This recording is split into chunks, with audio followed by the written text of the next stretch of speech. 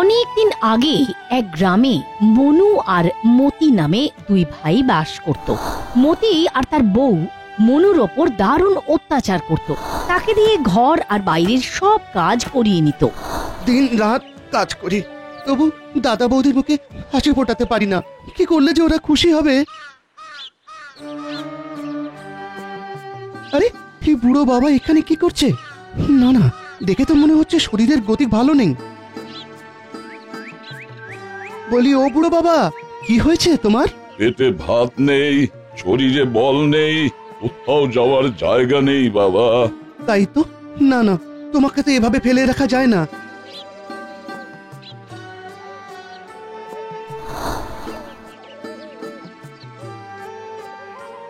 তুমি কিচ্ছু ভেবো না, আমি যখন আছি তখন তোমায় এমনি এমনি পড়ে থাকতে দেব না।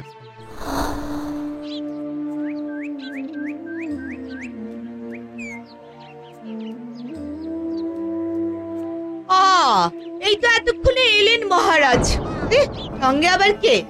এই বুড়ো বাবা পুকুরের পাড়ে বসে ধুকছিল।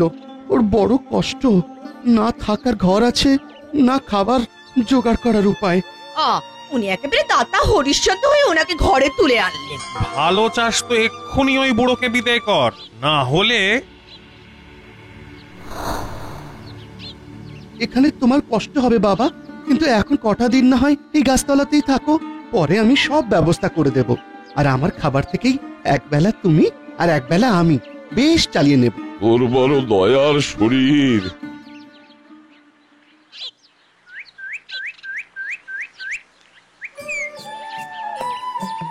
আর ছটপট সব কাজ গুছিয়ে ফেলতে হবে, না হলে দাদা বৌদি আবার দু কথা শোনাবে। বলে, দুদণ্ড দাঁড়িয়ে কি দুটো কথা শোনার সময় হবে? ও রে বাবা, এ তো ভূত ভূত। এই তোমাদের মানুষদের মুশকিল, ভূত দেখলে তোমরা কেন যে এত ভয় পাও বুঝি না। আরে বাবা, আমি ভালো ভূত। মানে? তুমি যেমন ভালো মানুষ, আমিও তেমনি ভালো ভূত। শোনো, তোমাকে আজ একটা কাজ করতে হবে। এই পুকুরাতে কিছু টাকা আছে, এই টাকা দিয়ে বুড়োকে তোমাকে সারিয়ে তুলতে হবে। কিন্তু ওই বুড়োর ওপর তোমার এত দয়া কেন? সে অন্য কাহিনী, শোনো তবে।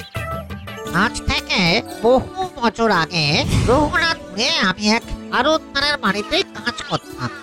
একদিন আড়তদার আমাকে শহরে একটা কাজে পাঠালো। এই নাও ভূতনাথ, এখানে 10,000 টাকা আর একটা ফর্দ আছে।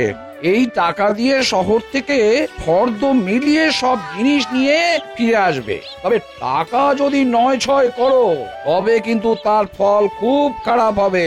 আপনি না কিছুটি চিন্তা করবেন না কর্তা, একটা টাকাও এদিক ওদিক হবে না। শহরের পথ অনেক দূর বলে সেই রাতটা সরাইখানাতেই জিনিয়ে নি। কিন্তু রাতের বেলা আমি ঘুমিয়ে পড়তেই একবার একটা চোর টাকার পুটলি নিয়ে পালায়।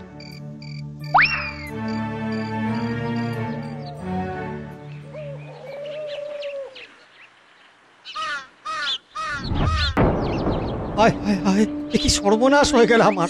এতগুলো টাকা ছিল তলিতে, সব নিয়ে চলে গেল। এবার আমি মুনিপকে কি মুখ দেখাবো? আমার যে আত্মহত্যা করা ছাড়া আর কোনো উপায় নেই। আমি তোমায় চিনি না ভাই, তবে এটা বেশ বুঝতে পারছি তুমি খুব বিপদে পড়েছো। বিপদ বলে বিপদ, আমার সর্বনাশ হয়ে গেছে, সর্বনাশ। সেদিন আমার কথা শুনে ওই যুবক আমাকে নিয়ে গেল তার বাড়ি। সে ছিল খুব ধনী। সে গোপনে আমাকে 10,000 টাকা দিল।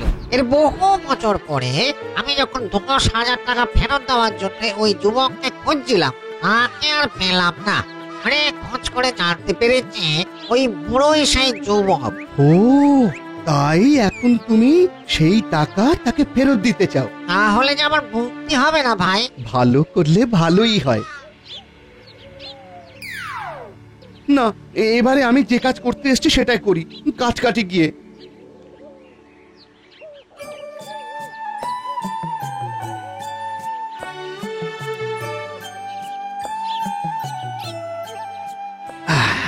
আজ এটা কাটলেই হয়ে যাবে। ভাই, ও ভাই, আমার একটা উপকার করবে? আজ মনে হচ্ছে ভূতের হাতেই পরানটা যাবে। তোমার আবার কি কাজ? ভাই, তুমি যে বুড়োর সেবা যত্ন করছো, আমিও তার কাছে ঋণী। এই নাও, এই টাকার থলিটা তুমি ওনার কাছে পৌঁছে দাও। তুমি ওই বুড়োর কাছে ঋণী? হ্যাঁ গো হ্যাঁ, সে অনেক দিন আগের কথা। একবার আমার 5 বছরের মেয়ের ভীষণ অসুখ করেছিল। গ্রামের হাকিম বৈদ্যরা যখন কিছুই করতে পারলো না, তখন মেয়েটাকে নিয়ে গেলাম শহরে বড় কবিরাজের কাছে। তিনি বললেন মেয়েকে সারিয়ে তুলতে অর্থ লাগবে, কিন্তু আমারও তো সামর্থ্য কোথায়। এখন এত অর্থ আমি জোগাড় করি কোথা থেকে? কার কাছে যে সাহায্য চাই? আপনিও তো ভাববেন না। এই নিন, এতে যে অর্থ আছে তা দিয়ে আপনার মেয়ের চিকিৎসা হয়ে যাবে। সে কি? আপনি তো আমাকে চেনেনও না আর জানেনও না। চেনা জানা হতে কতক্ষণ? ওইটুকু মেয়ে, আগে ওর জীবনটা তো বাঁচুক। পরে যখন আমার সামর্থ্য হলো, তখন আমি ওকে অনেক খুঁজেছি, কিন্তু পাইনি। পরে জেনেছি এই বুড়োই সেই লোক। তুমি তুমি দয়া করে এই টাকাটা দিয়ে বুড়োকে সারিয়ে তোলো। এই ঋণ শোধ করতে পারলে আমিও এই ভূতের জীবন থেকে মুক্তি পাবো। না না, ভূতেদের ঋণ শোধ করার জন্য এই টাকা দিয়ে আমাকে বুড়ো বাবাকে সারিয়ে তুলতেই হবে। যাই যাই, বাড়ি যাই তাড়াতাড়ি।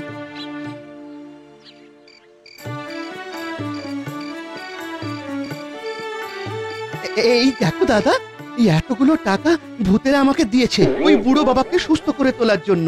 আমি কালই বুড়ো বাবাকে নিয়ে শহরের চিকিৎসা করতে যাব। আজ রাতটা এগুলো তোমার কাছেই থাক, কাল নেব কেমন? ইস, ভূতেদের ঋণ শোধ করবে? শোনো, আজ রাতেই আমরা বরং এই টাকাটা নিয়ে পালিয়ে যাই। এই টাকা নিয়ে শহরে গিয়ে যদি ব্যবসা করতে পারি, আমাদের কপাল কিন্তু খুলে যাবে।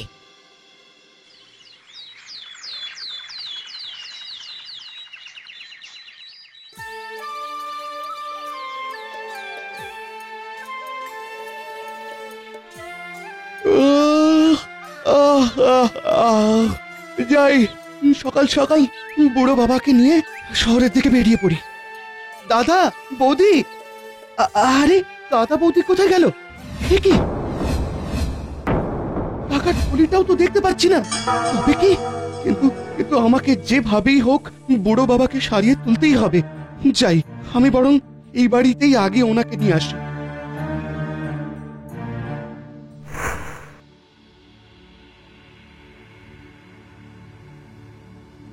ক্রমশ মনুর অক্লান্ত সেবা আর যত্নে বুড়ো বাবা ধীরে ধীরে সুস্থ হয়ে ওঠেন। একদিন সকালে তিনি মনুকে ডেকে বলেন, শোন বাবা, এতদিন আমি কোথায় ছিলাম, কি করছিলাম কিছুই মনে ছিল না। তবে এখন আমার আবার সব মনে পড়ে গেছে। আমি বিদর্ভ নগরীর ব্যবসায়ী রামপাল। ওর সেবা যত্নতেই আমি আবার নতুন জীবন ফিরে পেয়েছি। আজ থেকে তুই আমার ছেলে। এবার তোর সব দুঃখ কষ্ট আমি দূর করব। এরপর বুড়ো বাবার অর্থে মনুর ভাগ্য পরিবর্তন হয়। তার ভাঙা বাড়ি অট্টালিকা হয়ে যায়। সেও ধীরে ধীরে বড় ব্যবসায়ী হয়ে যায়। অবস্থা সম্পূর্ণ বদলে যায় মনুর। অন্যদিকে ব্যবসায় সর্বশান্ত হয়ে মতি আর ময়না একদিন শহর থেকে ফিরে আসে গ্রামে। এ কি, আমাদের ভাঙা কুড়ে ঘরটা কোথায় গেল গো? ওরে বাবা, এ তো কোন ধনীর অট্টালিকা। মনে হচ্ছে আমাদের কোনো ভুল হচ্ছে। চলো চলো চলো, কেউ কিছু বলার আগে আমরা এখান থেকে চলে যাই। দাদা, বৌদি, কি অবস্থা তোমাদের? কিন্তু তোর অবস্থা এভাবে বদলালো কি করে ভাই? সবই ঠাকুরের দয়ায় দাদা। তোমরা জানো সেদিনে সে বৃদ্ধ মানুষটি কে ছিলেন? তিনি ছিলেন বিদর্ভ নগরীর এক বিরাট ব্যবসায়ী, আর তার দয়াতেই আজ আমার এত কিছু। না ভাই না, এ তোমার কর্মফল। তুমি চিরকাল সৎ পথে থেকেছো, তাই তোমার। আর আমরা লোভ করতে গিয়ে সব হারিয়েছি। তুই সুখে থাক ভাই। চলো চলো ময়না, আমরা এখান থেকে চলে যাই। না দাদা, তোমাদের কোথাও যাওয়ার দরকার নেই, তোমরা এখানেই থাকবে। তোমরাও যখন নিজেদের ভুল বুঝতে পেরে ফিরে এসেছো, তখন সবাই মিলে এবার থেকে একই সঙ্গে থাকবো। ভাই ভাই, তুই আমাদের ক্ষমা করে দে ভাই। এরপর মনু তার দাদা আর বৌদিকে নিয়ে ভেতরে যায়, যত্ন আত্তি করতে শুরু করে। বুড়ো বাবা দূর থেকে দেখে হাসতে থাকেন।